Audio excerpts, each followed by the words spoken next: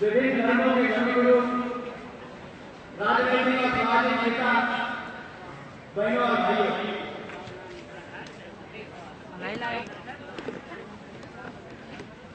मेरे जीवन में बहुत काम ऐसे होते हैं जिससे नरेंद्र भाई और मुझे एक दूसरे से बात करने का अवसर है। बातचीत में सामाजिक और राजनीतिक विषय रहते हैं। कम बोलना उनका स्वभाव है और मैं कई बार उनके वाक्यों का अर्थ बाद में समझने का प्रयास करता हूं। लेकिन सचमुच में आज का जो उनका भाषण मैंने सुना इस संभावना का आरोप करते हुए मुझे कहने में कोई संकोच नहीं है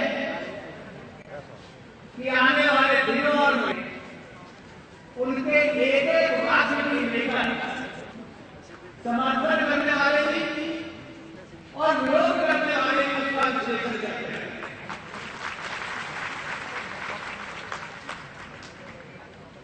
आज देश की इस राजनीतिक स्थिति के दौरान जो भाषण दिया गया है उसका एक पक्ष और पहलू है जो देश के लिए बहुत होता है। चिंताजनक इसलिए है कि शायद भी इस देश की केंद्र की जो सरकार है उसको लेकर जो निराशा का माहौल देख रहे हैं, इतना निराशा का माहौल केंद्र की इस राजनीति को लेकर आजकल बड़े गर्व के साथ हम कहते हैं गुजरात, पंजाब, हिमाचल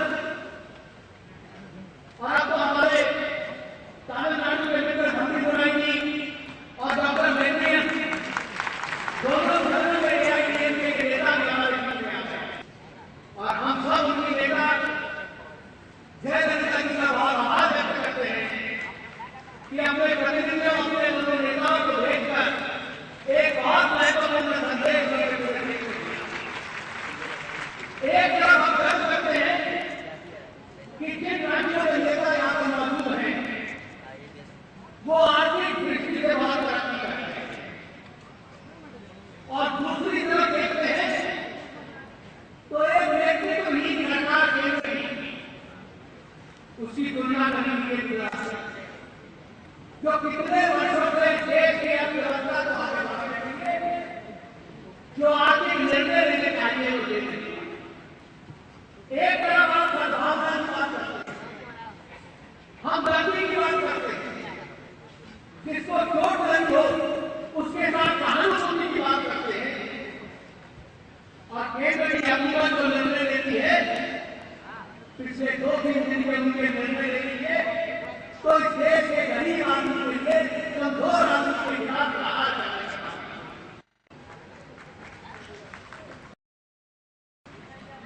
एक तरफ लोग कहते हैं जिस किसी ने व्यवसाय का उद्योग लगाया गुजरात में पूरी दुनिया में जाकर कहता है कि जितनी सरलता के साथ मैंने उद्योग लगाया शायद देश में व्यवसाय कार्य करना है तो गुजरात से बेहतर स्थान नहीं मिलेगा।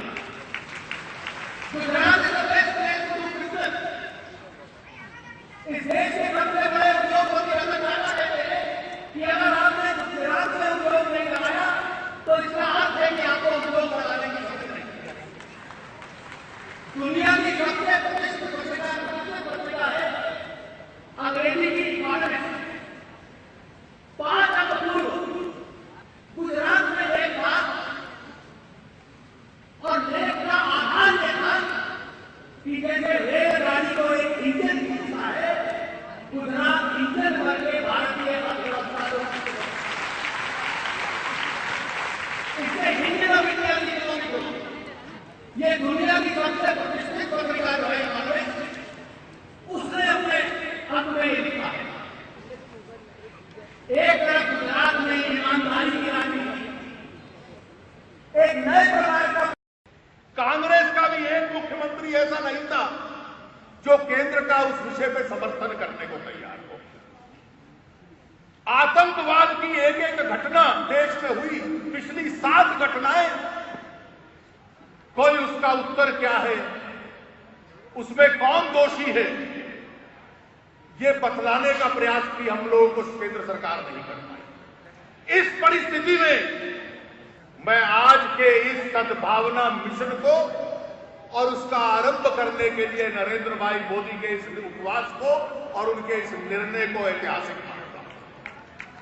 ऐतिहासिक इसलिए मानता हूं और जो उनके भाषण का अर्थ मुझे समझ में आया है वो बड़ा सरल है।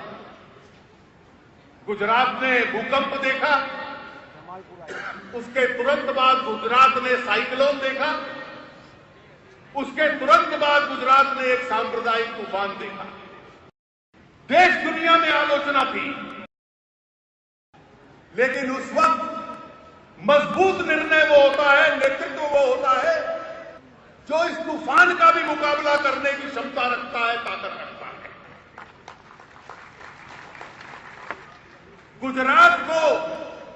गुजरात की आर्थिक प्रगति को, विकास को एक चरम सीमा पे ले जाना है। आलोचना के सामने दबना नहीं है। जिस प्रकार से केंद्र की सरकार को लकवा मारा हुआ है, उससे यह सबक है कि 2002 से लेकर आज तक एक के बाद एक निर्णय करना। पूरे देश में इतना निवेश नहीं आता था, एक एक वर्ष की ग्लोबल इन्वेस्टर के सम्मेलन में गुजरात में आने लगा। गुजरात को आर्थिक विकास की चरम सीमा पे ले जाना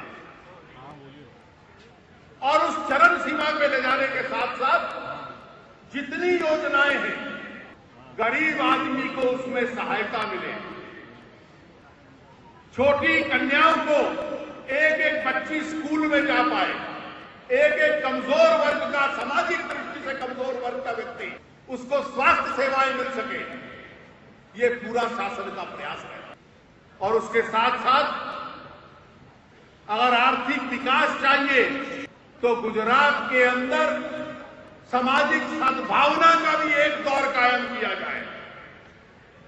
ये गुजरात के राजनीतिक नेतृत्व का, मुख्यमंत्री का, सरकार का ये जो आज निर्णय हुआ है और आज जो ये अभियान शुरू हुआ है, मुझे मालूम है कि कई लोग इस पर विभिन्न प्रकार की टिप्पणियां करते हैं, लेकिन राजनीतिक नेतृत्व और मजबूत राजनीतिक नेतृत्व की ताकत वो होती है कि सकारात्मक एजेंडा, सकारात्मक कार्यक्रम, पॉजिटिव एजेंडा अपना तय करता है, आलोचना के सामने दबता और झुकता नहीं है।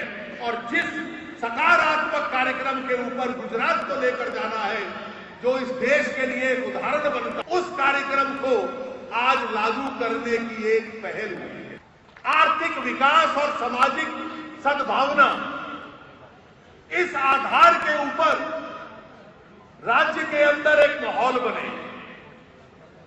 मैं तो इसको अच्छा मानता हूं नरेंद्र भाई कि आज बादल साहब हमारे बीच में आए इस कार्यक्रम के लिए। बादल साहब शिरोमणि अकाली दल के नेता हैं। याद करिए पंजाब का आतंकवाद, याद करिए इस देश के अंदर हमारे सिख भाइयों के खिलाफ जो अन्याय और अत्याचार हुआ था। शिरोमणि अकाली दल और भारतीय जनता पार्टी का तब से आज तक का गठबंधन, उससे पहले से चल रहा था। ये केवल राजनीतिक गठबंधन नहीं था, लेकिन पंजाब के अंदर सामाजिक सद्भावना कायम करने का एक आंदोलन बन चुका। इसलिए हमारी पार्टी का भी इसका दृष्टिकोण, पंजाब का उदाहरण मैंने इसलिए दिया कि बादल साहब हमारे बीच में अभी बोल रहे थे। इस आर्थिक विकास और सामाजिक सद्भावना का जो संदेश मिला है, आज जिसकी पहल हुई है, इस पहल को आगे बढ़ाकर गुजरात और तरक्की करेगा और प्रगति करेगा। इस पहल का नेतृत्व करने के लिए हम सब लोग आए हैं और आप इतनी बड़ी संख्या में आए हैं। श्री नरेंद्र मोदी को अपनी शुभकामनाएं देने के लिए, इस ऐतिहासिक दिन के लिए, और विभिन्न राजनीतिक दल और उनके नेता, राज्य सरकारों के प्रतिनिधि जो यहां पर आए हैं, कर्नाटक सरकार के प्रतिनिधि भी आए हुए हैं, हम उन सब का हार्दिक आभार व्यक्त करते हैं। इस पहल में गुजरात के साथ एक से एक कदम बढ़ाकर खड़ा होने के लिए आप सबका बहुत बहुत धन्यवाद।